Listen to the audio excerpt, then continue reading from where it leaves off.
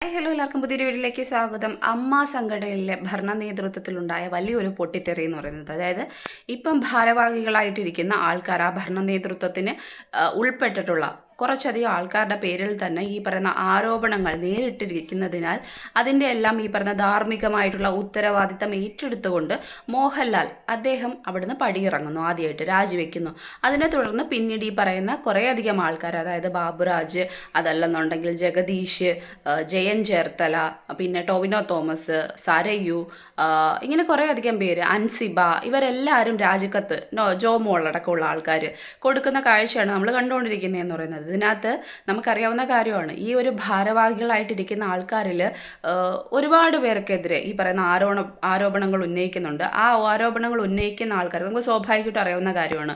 എന്തെങ്കിലും ഒരു ആരോപണം ആരുടെയെങ്കിലും ഭാഗത്ത് നിന്ന് ഉണ്ടാവുന്ന സമയത്ത് ഏതെങ്കിലും തലപ്പത്തിരിക്കുന്ന വ്യക്തികളാണെന്നുണ്ടെങ്കിൽ ആരോപണ വിധേയരായിട്ടുള്ള ആൾക്കാർ സ്വാഭാവികമായിട്ടും അവർക്ക് എന്തെങ്കിലും ഈ പറയുന്ന സാമൂഹിക പ്രതിബദ്ധത ഉണ്ടെങ്കിൽ ആ സ്ഥാനത്ത് നിന്ന് ഒഴിഞ്ഞുകൊണ്ട് ഈ പറയുന്ന നിയമങ്ങൾ നേരിടുക, അല്ലെങ്കിൽ നിയമ നടപടികൾ നേരിടുക എന്നുള്ളതാണ് ഏറ്റവും പ്രധാനപ്പെട്ട അല്ലെങ്കിൽ നല്ലൊരു കാര്യം എന്ന് പറയുന്നത്. അതുകൊണ്ട് തന്നെ ഈ ഒരു കാര്യത്തെ നമുക്ക് ഈ പറയുന്ന നല്ല രീതിക്ക് സ്വാഗതാർഹമായിട്ടുള്ള ഒരു കാര്യമായിട്ട് തന്നെ കണക്കാക്കാം. അതിലപ്പുറത്തേക്ക് മറ്റൊരു വ്യാഖ്യാനം ഇപ്പോൾ നടന്നുകൊണ്ടിരിക്കുന്നതെന്ന് പറയുന്നത്, ഒരു പക്ഷേ ഇതിനകത്ത് ഇനിയും അടങ്ങുന്ന ആൾക്കാരിലെല്ലാം അവർക്കും വേണ്ടിയിട്ടും ചിലപ്പോൾ ഒരുപക്ഷെ ഞങ്ങളുടെ പേരിലും ഇത്തരത്തിലുള്ള പരാതികൾ ഉന്നയിക്കാനുള്ള സാധ്യതയുണ്ട്. അപ്പോൾ പേടി കാരണമാണ് കൂട്ടത്തോടുള്ളൊരു രാജി, ഇത്തരത്തിലുള്ളൊരു മറുവ്യാഖ്യാനം കൂടി ഉയർന്നു വരുന്നുണ്ട്. അപ്പോൾ എന്തായാലും ഞാനിതിന് പോസിറ്റീവ് വശത്തൂടെ, ആദ്യത്തെ വശത്തൂടെ കാണാനാണ് ആഗ്രഹിക്കുന്നതെന്ന് പറയുന്നത്. അതായത് നമുക്കറിയാവുന്ന കാര്യമാണ്, രഞ്ജിത്തിൻ്റെ പേരിൽ ഈ പറയുന്ന പരാതി വന്ന സമയത്ത് അദ്ദേഹം ഈ പറയുന്ന ചലച്ചിത്ര അക്കാദമിയുടെ ചെയർമാൻ സ്ഥാനത്തിരുന്ന ഒരു വ്യക്തിയാണ്. അപ്പം ആ സ്ഥാനം അത്രയും ഉന്നതമായിട്ടുള്ള സ്ഥാനം ആയതുകൊണ്ട് തന്നെ, പവറുള്ള സ്ഥാനമായതുകൊണ്ട് തന്നെ, പൊസിഷൻ അത്രയും ഹയറിലുള്ള സ്ഥാനം ആയതുകൊണ്ട് തന്നെ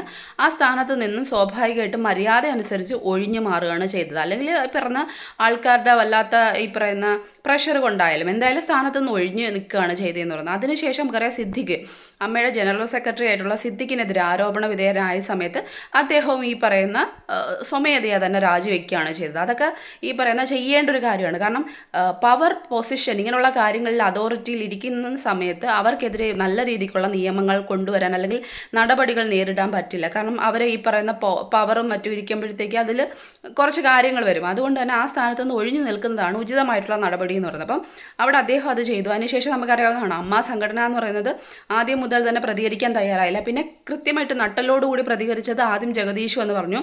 ഇന്നലെയാണെന്നുണ്ടെങ്കിൽ പൃഥ്വിരാജ് വന്ന് നല്ലൊരു പ്രസ് മീറ്റ് വെച്ചിട്ട് അതിനകത്ത് കൃത്യമായിട്ട് ഉചിതമായിട്ടുള്ള നടപടികൾ പറഞ്ഞു. നമ്മൾ എപ്പോഴും തന്നെ ആൾക്കാരെല്ലാം പറഞ്ഞുകൊണ്ടിരുന്ന കാര്യം, മീഡിയ അടക്കം പറഞ്ഞുകൊണ്ടിരുന്ന കാര്യം എന്ന് പറയുന്നത്, എന്തുകൊണ്ട് സിനിമാ മേഖലയിലെ ഇത്തരത്തിൽ തങ്ങളോടൊപ്പം ഉള്ള പങ്കാളികളായിട്ടുള്ള അല്ലെങ്കിൽ ഈ പറയുന്ന ജോലി ചെയ്തിരുന്ന സ്ത്രീകൾ അനുഭവിക്കുന്ന ദുരിതങ്ങൾക്കെതിരെ ഇത്രയധികം, അല്ലെങ്കിൽ ലൈംഗികമായിട്ടുള്ള ഉപയോഗങ്ങൾക്കെതിരെ ഒക്കെ, ഈ പറയുന്ന തൊഴിലിടത്തിലെ ഇത്തരത്തിലുള്ള ചൂഷണങ്ങൾക്കെതിരെയൊക്കെ ആൾക്കാർ വന്ന് ഈ പറയുന്ന പരാതി പറയുന്ന സമയത്ത് അതിനകത്തുണ്ടായിരുന്ന സൂപ്പർ സ്റ്റാറുകളായിട്ടുള്ള ആൾക്കാർ പോലും എന്തുകൊണ്ട് വാ പൂട്ടിയിരിക്കുന്നു, അല്ലെങ്കിൽ മൗനവ്രതത്തിൽ വീണ്ടും വീണ്ടും തുടരുന്നു? ഇതായിരുന്നു ഏറ്റവും വലിയ ക്വസ്റ്റ്യൻ എന്ന് പറയുന്നത്. ആ സമയത്ത് നമ്മൾ ഒരുപാട് പേരെങ്കിലും അറിഞ്ഞിട്ടുണ്ടായിരിക്കും, ചിലരൊന്നും അറിഞ്ഞില്ല എന്ന് പറയുന്നുണ്ട്. അതായത് മോഹൻലാൽ ഹോസ്പിറ്റലായിരുന്നു, ശ്വാസതടസ്സമായിരുന്നു, അങ്ങനെ കുറച്ചധികം കാര്യങ്ങൾ പറഞ്ഞിട്ടുണ്ടായിരുന്നു. ICUലായിരുന്നു, അമൃത ഹോസ്പിറ്റലായിരുന്നു, അതുകൊണ്ടായിരുന്നുള്ള. പിന്നീട് കുറച്ച് കഴിഞ്ഞപ്പോഴത്തേക്ക് പല മീഡിയയിൽ, ശരിയായിട്ടുള്ള വാർത്തയാണോന്ന് അറിയത്തില്ല, പിന്നീട് പല മീഡിയയിലും കണ്ടിരുന്നു ഈ പറയുന്ന അദ്ദേഹത്തിൻ്റെ ഭാര്യയ്ക്ക് സുഖമില്ലാതെ ചെന്നൈയിലാണ് അദ്ദേഹം കൂടെ, അങ്ങനെയൊക്കെ കുറേ കാര്യങ്ങൾ പറഞ്ഞിട്ടുണ്ട്. അപ്പം എല്ലാ ചാനലുകളിലും ഒന്നും ഇത് വ്യാപകമായിട്ട് പറഞ്ഞിട്ടില്ല. ചില ചാനലുകളിൽ മാത്രമാണ് ഇത്തരത്തിലുള്ള വാർത്തകൾ വന്നത്. അപ്പം മേ ബി ചിലപ്പോൾ അദ്ദേഹത്തിൻ്റെ സ്വകാര്യമായിട്ടുള്ള കാര്യങ്ങൾ അല്ലെങ്കിൽ ഈ പറയുന്ന വ്യക്തിപരമായിട്ടുള്ള കാര്യങ്ങൾ കൊണ്ടാവാം അദ്ദേഹം ഒന്നും പറയാതിരുന്നത്. നമുക്ക് പറയാൻ പറ്റില്ലല്ലോ, ഇങ്ങനെ മനുഷ്യർക്കല്ലേ എന്തെങ്കിലുമൊക്കെ കാര്യങ്ങൾ ഉണ്ടാവാം. അപ്പോൾ അതിനുശേഷം എന്തായാലും ചിലപ്പോൾ ഇപ്പോഴായിരിക്കും അദ്ദേഹം ഫ്രീ ആയത്, അങ്ങനല്ലേ നമുക്ക് വിചാരിക്കാൻ കഴിയുള്ളൂ. അല്ലെങ്കിൽ ഇത്രയും ഉന്നത സ്ഥാനത്തിരിക്കുന്ന ഒരു വ്യക്തി കുക്കറി ഷോ പോലുള്ള കാര്യങ്ങൾ, അല്ലെങ്കിൽ വീട്ടിൽ ചെയ്യുന്ന, സ്വന്തമായിട്ട് ചെയ്യുന്ന ചില കുക്കറി മെത്തേഡ്സുകളൊക്കെ ഈ പറയുന്ന യൂട്യൂബിലേക്കും അല്ലെങ്കിൽ ഈ പറയുന്ന വൈറലാക്കുന്ന ഒരു വ്യക്തി. അപ്പോൾ എല്ലാ കാര്യങ്ങളിലേക്കും ഇത്തരത്തിൽ ഷെയർ ചെയ്യാൻ ഇഷ്ടപ്പെടുന്ന ഒരു വ്യക്തി, എല്ലാ വിഷയങ്ങളിലും തുറന്നടിച്ച് സംസാരിക്കാൻ അത്യാവശ്യം ഇഷ്ടപ്പെടുന്ന ഒരു വ്യക്തിയാണ് നമ്മുടെ ഈ പറഞ്ഞ മോഹൻലാൽ എന്ന് പറയുന്ന സൂപ്പർ സ്റ്റാർ എന്ന് പറയുന്നത്. അപ്പോൾ അദ്ദേഹം ഈ ഒരു വിഷയത്തിൽ, അല്ലെങ്കിൽ അമ്മ എന്ന് പറയുന്ന താരസംഘടനയുടെ തലപ്പത്ത് അദ്ദേഹം ഇരിക്കുന്ന സമയത്ത് സ്വാഭാവികമായിട്ടും ഇത്തരത്തിലുള്ള കാര്യങ്ങളിലേക്ക് ഈ പറയുന്ന റെസ്പോൺസ് ചെയ്യാനായിട്ട് അദ്ദേഹത്തിന് ഒരു ഉത്തരവാദിത്തമുണ്ട്. അപ്പോൾ അത് പറയേണ്ടത് അദ്ദേഹത്തിൻ്റെ കടമ തന്നെയാണ്. പക്ഷേ ഇത്രയും നാൾ അദ്ദേഹം പറഞ്ഞില്ലെങ്കിൽ നമുക്ക് ഇങ്ങനെ വിചാരിക്കാൻ കഴിയുള്ളൂ. അതിലപ്പുറത്തേക്ക് നേരെ തെറ്റായിട്ടുള്ള വഴിയിലേക്ക് അല്ലെന്നുണ്ടെങ്കിൽ അതല്ല അദ്ദേഹവും ഭയപ്പെടുന്നു എന്നുള്ള രീതിക്ക് പറയുന്നുണ്ട്. ഇപ്പോൾ സുരേഷ് ഗോപിയുടെ കാര്യത്തിൽ ഇന്ന് നടന്ന ഇഷ്യൂസ് അറിയാം. അപ്പോൾ അദ്ദേഹത്തിൻ്റെ പൊട്ടിത്തെറിയൊക്കെ കണ്ട സമയത്ത് ചില മീഡിയകളിൽ, ഏഷ്യാനെറ്റ് അടക്കമുള്ള ചില മീഡിയകളിൽ പറയുന്ന ചില ആൾക്കാർ വന്നിരുന്ന് പറയുന്ന കേട്ടു, ചിലപ്പോൾ സുരേഷ് ഗോപി ഇതിനെ ഭയക്കുന്നുണ്ടായിരിക്കും, അതായിരിക്കും അത്ര വെപ്രാളപ്പെട്ട് അദ്ദേഹം നടക്കുന്നതെന്ന്. അപ്പം എന്തായാലും ഈ പറയുന്ന മലയാള സിനിമാ മേഖലയിലെ ഈ വല്ലാത്തൊരു പൊട്ടിത്തെറി എന്ന് പറയുന്നത് വല്ലാത്ത സംഘർഷങ്ങളിലേക്ക് അല്ലെങ്കിൽ വല്ലാത്ത തരത്തിലുള്ള ചിന്തകളിലേക്ക് കടന്നു കയറിക്കൊണ്ടിരിക്കുകയാണ്. അപ്പോൾ ആരെങ്കിലും ഇതിൽ പെടാത്തതായിട്ട് ബാക്കി ഇനി അവശേഷിക്കുന്നുണ്ടോ എന്ന് ചിലരെങ്കിലും ഈ പറയുന്ന തമാശ രൂപേണ ചോദിക്കുന്നുണ്ട്. സത്യത്തിൽ ഇപ്പം ഓരോ ദിവസവും അല്ലെങ്കിൽ ഓരോ സെക്കൻഡിലും ഓരോ ആൾക്കാരുടെ പേരുകളാണ് ഓരോരുത്തർ വന്ന് പറയുന്നത്.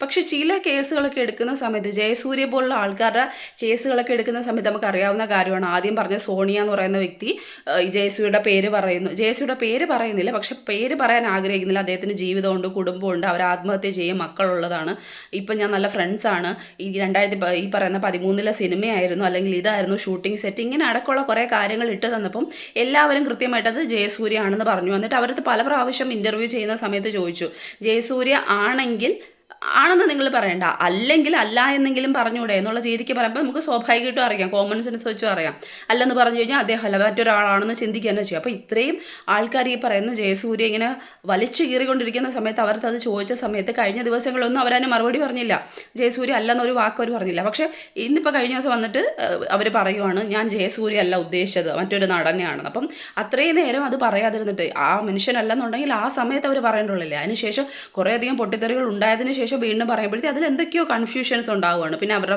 FB പോസ്റ്റുകൾ മൊത്തം ജയസൂര്യ സപ്പോർട്ട് ചെയ്തിട്ടുള്ളത്, പെട്ടെന്ന് 2021 ശേഷമുള്ള പോസ്റ്റുകളിലൊന്നും ജയസൂര്യ ഇല്ലാതാവുന്നു. ഇനി അതേപോലെ തന്നെ ഇപ്പം വന്നിരിക്കുന്ന മിനു എന്ന് പറയുന്ന ആ ഒരു സ്ത്രീയുടെ, അതും ജയസൂര്യയായിട്ട് ബന്ധപ്പെടുത്തി ഒരു കേസ് പറയുന്നുണ്ട്. അതിനകത്ത് അവരുടെ ഫേസ്ബുക്കിനകത്തും ഈ പറയുന്ന ജയസൂര്യ ചേർന്നിട്ടുള്ള പോസ്റ്റുകൾ കാണാൻ കഴിയുന്നുണ്ട്.